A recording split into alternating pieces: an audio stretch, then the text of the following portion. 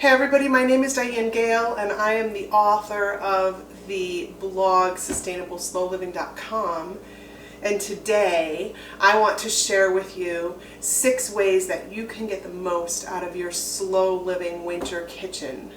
The kitchen changes with each season. Winter is one of my favorite seasons. It's full of comfort food. Who doesn't love comfort food?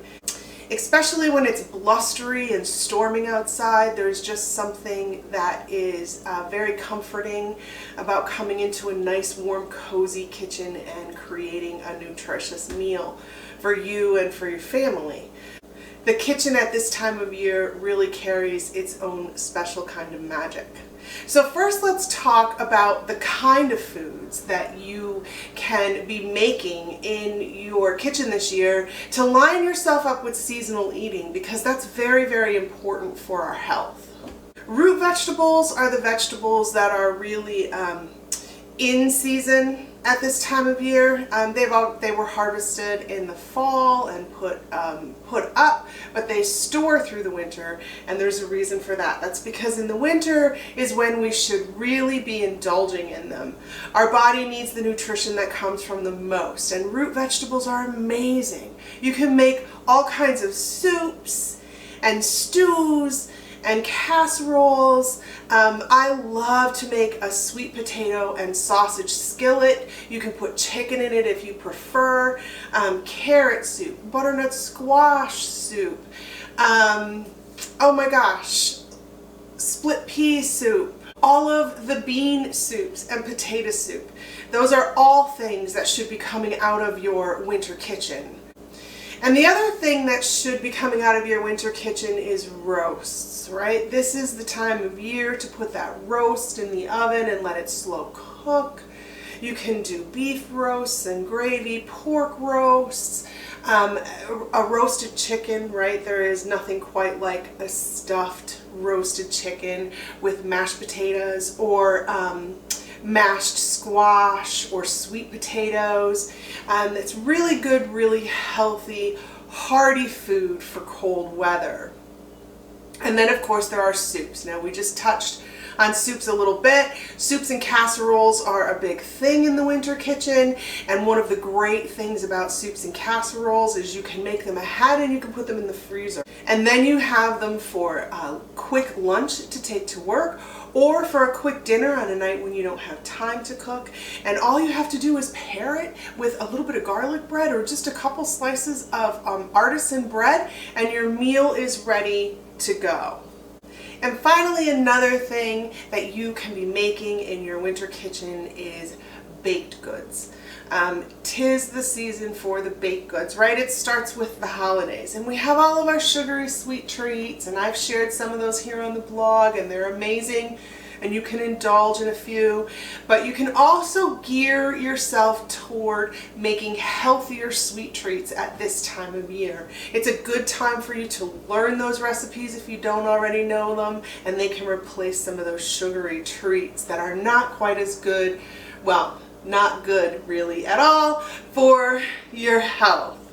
So I'm going to put a bunch of links below for videos and blog posts that have all kinds of recipes that you can be making in your winter kitchen this year. I hope that you find at least a few of them that you love. I love all of them. That's why they're on the blog and on the YouTube channel. So browse a little bit and give a few of them a try. And the second way that I want to talk to you about getting the most out of your slow living winter kitchen is to make it a social affair. It's a great time of year to invite a few friends over or some of your family and batch cook things that you can put in your freezer so that you have them throughout the season, and even so that you have them in the beginning of the spring when things are picking up outside and it's still chilly enough that you want some wholesome, hearty comfort food, but you're outside all day putting together your gardens or working in your yard. So you can make things like batches of pierogies or casseroles like lasagna, stuffed cabbage rolls. You can make raviolis, and again, soups. You can make pot stickers, chicken and dumplings, and it's also a great time to make pasta sauces. Invite some friends over and make 3 different pasta sauces. You can enjoy small side portions with each of the different pasta sauces. It's simple enough for you to toss up a little salad and put a garlic bread on the side to serve with them, and then everybody can take home sauces to put in their freezer to have through the winter. Or you can socialize in your kitchen just by having some friends over a big pot of soup or a casserole, and enjoying a nice meal, and then maybe playing some board games or watching a movie together, like snuggling in for that night in front of the TV. And then the third way that you can get the most out of your slow living winter kitchen is to prep for the week. So if you take one day and you prep for the week, and I know that sounds so overwhelming, but it really isn't. And if you just bear with me, I'll tell you why. You can keep your kitchen processed food free by prepping for the week. You just need to get yourself some beverages made up for the week. If you get a couple marinades made up and you put some meat in them and put it in the freezer, unless you're going to cook it in a day or two, and then just put it in the fridge. 2 marinades, it's 2 meals. If you get a pot of soup, that's 2 meals. If you get some pasta sauce, that's 2 meals. If you make a casserole, it's probably 2 meals with that one casserole. So if you step into your winter kitchen on a Saturday or Sunday morning and you get a pot of sauce going and you get a pot of soup going and you get a casserole in the oven, and then you can look at your condiments and you can make any condiments that you might need during the week, your mayonnaise, your mustard, your ketchup. You can make a few beverages to last you throughout the week, all while that stuff is cooking. And then if you want to, you can whip up a couple little desserts. Particularly whole food plant-based desserts are really easy and really quick to make and so much better for you. If you put all of that together while your stuff is cooking, before you know it, your day, it hasn't taken that long. It's 4, 5, maybe 6 hours. It has saved you plenty of time cooking the rest of the week, and it has saved you from eating processed food. So there's no real nose to the grindstone thing to prepping your food so that you're eating food that's cooked from scratch. The fourth way that I want to suggest that you get the most out of your slow living winter kitchen is to pick an ingredient or 2, depending on what kind of time you have in the winter, that you don't generally cook with. And for me, because I cook so much, this is usually, kind of a less common ingredient. But pick one that you don't usually cook with and then experiment with it throughout the winter. 2, 3, 4 times, whatever you can get in there. Find some recipes and give them a try. This year, I'm working with plantains. I have cooked plantains before. I was taught by someone who grew up eating them to just, slice them and fry them like you would a fried potato with butter and garlic and salt and pepper and onion and maybe some paprika, and they're delicious, but I have not done anything else with them ever. And so I want to try a few new things. I have a recipe that I'm going to be trying so that I can take pictures of it for this section on the blog post, and I'm pretty excited about it. But just pick 1 or 2 ingredients that you don't usually work with and have fun with them and learn more about them and learn different ways to make them. In the past, I've worked with lentils. I know they're not that uncommon, but they're not something I cook with a lot.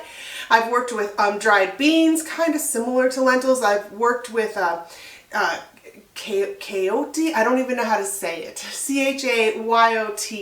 I've worked with that vegetable. I've worked with turmeric root, fresh ground turmeric root, and fresh ground horseradish root, so it can even just be a seasoning.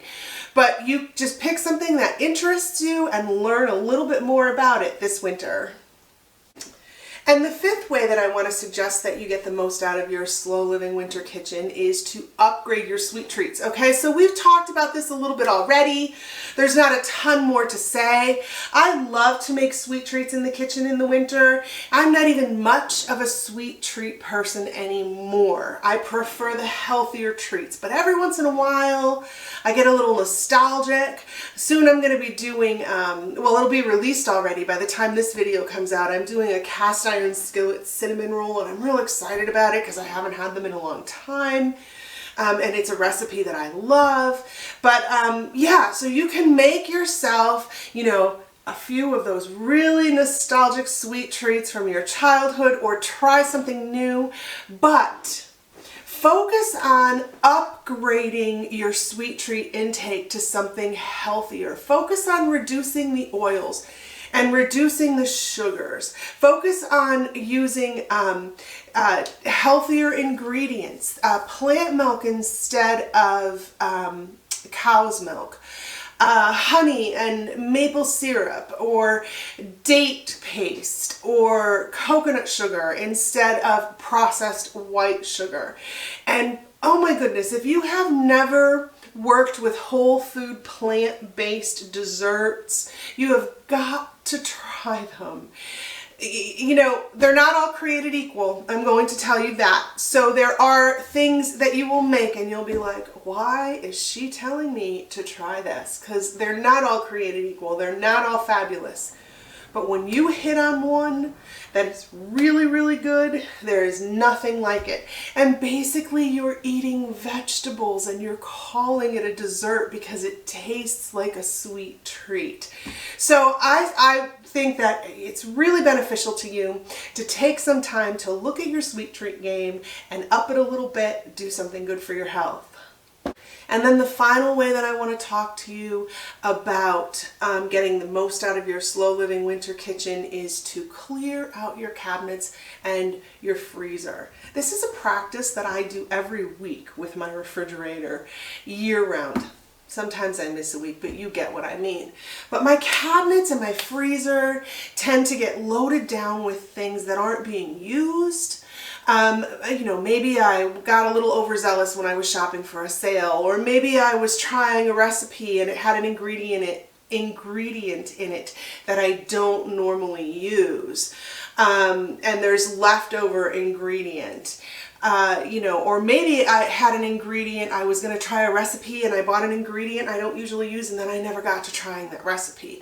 And before you know it, you can't find anything in the cabinets, you can't find anything in the freezer, and this is so wasteful and it's so expensive. So often throughout the year, well, I would say once a season, but in the winter, very often, I will go through my cabinets and my freezer. Usually what I do is I take 15 or 20 minutes and I take a pen and a paper and I look through and I write down the things that I have in there that I'm not really using, that I need to use up. And then when I have a day where I'm going to be able to go in the kitchen and I'm going to be able to cook, I go in and I prep for the week, but I'll take like one or two of those ingredients and I'll find a couple recipes that I can make with just those. Well, not just those, but recipes that I pick specifically for those ingredients so that I can start to use them up and get them out of the cabinets and out of the freezer. It prevents them from being thrown away because they get too old, which saves money. It's just economical and sensible.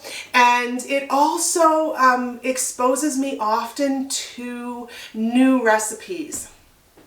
And again, just an extra tip, I do that with my refrigerator probably about once a week.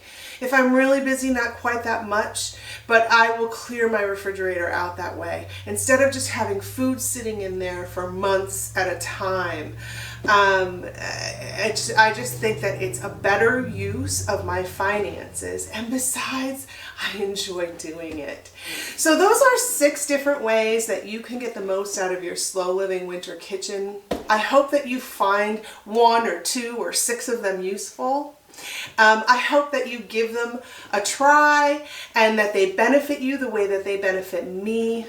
I hope that you have time, that you make time, that you take time to spend in your kitchen this winter, because it's an amazing season to kind of soak up all that that atmosphere has to offer. It is good for you, mind, body, and soul. And as always, I am so glad that you joined me here today. You and I are going to get together again, and we are going to do it really soon.